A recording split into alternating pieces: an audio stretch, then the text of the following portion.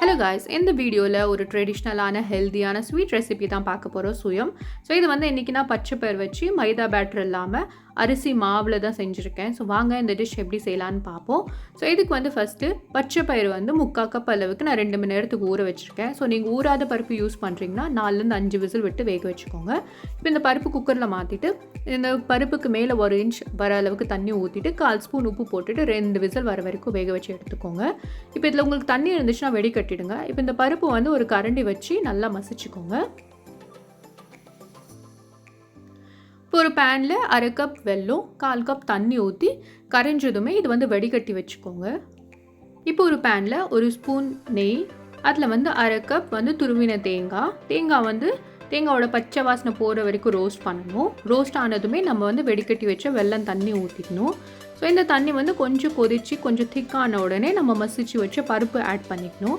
பருப்பு வந்து உங்களுக்கு மசியாத மாதிரி இருந்துச்சுன்னா மத்து வச்சு கூட நீங்கள் மசிச்சுக்கலாம் இந்த ஸ்டேஜில். இப்போ வந்து 1/2 ஸ்பூன் வந்து நான் சுக்கு ஏலக்காய் பொடி போட்டுக்கிறேன்.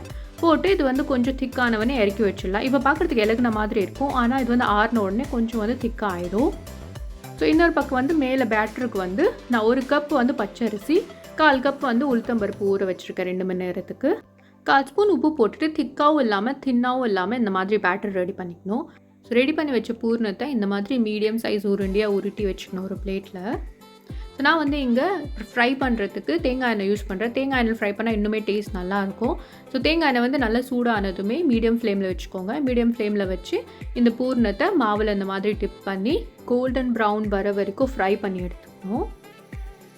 ஸோ சென்டரில் இந்த உருண்டையெல்லாம் வந்து திருப்பி விட்டுக்கோங்க. அப்போது இது வந்து எல்லா சைடும் ஒரே மாதிரி வேகும். ஸோ இப்போ பார்த்தீங்கன்னா இது நல்லா கோல்டன் ப்ரௌன் வந்துடுச்சு. இது இப்போ நம்ம வெளியே எடுத்துடலாம்.